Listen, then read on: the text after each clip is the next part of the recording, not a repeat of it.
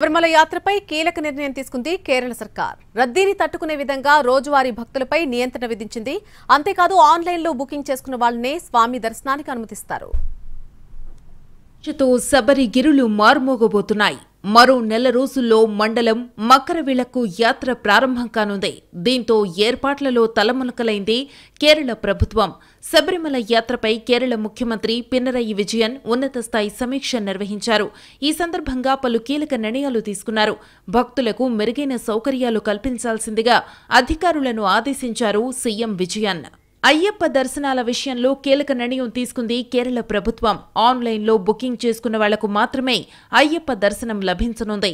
రోజుకు గరిష్టంగా 80,000 మంది భక్తులను మాత్రమే దర్శనానికి అనుమతిస్తారు.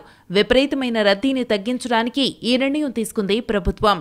శబరిమలలో ప్రభుత్వ అధీనంలో నడుస్తున్న వసతి గృహంలో మెయింటెనెన్స్ పనులు పూర్తయ్యాయి. మరో వసతి గృహంలో కూడా త్వరలోనే పనులు పూర్తి కానున్నాయి. ఇక శబరిలో పారిశుద్ధ్యం పనులను విశుద్ధి సేన కార్యకర్తలు చేపట్టనున్నారు. త్వరలోనే వీరికి వైద్య పరీక్షలు నిర్వహించి ట్రైనింగ్ ఇవ్వనున్నారు. అటవీ మార్గంలో భక్తులకు మౌలిక సదుపాయాలు కల్పించనున్నారు. అవసరమైతే వాహనాలపై నియంత్రణ విధించనున్నారు. దీనికి తగినట్టుగా వాహనాల పార్కింగ్కు అనువైన ప్రదేశాలను గుర్తించనున్నారు అధికారులు. పార్కింగ్ ప్రదేశాల వద్ద కనీస మౌలిక సదుపాయాలను కల్పించనున్నారు. నిలక్కల్, పంపా ప్రాంతాలలో మరింత విశాలవంతమైన పార్కింగ్ ఏర్పాట్లు చేయనున్నారు.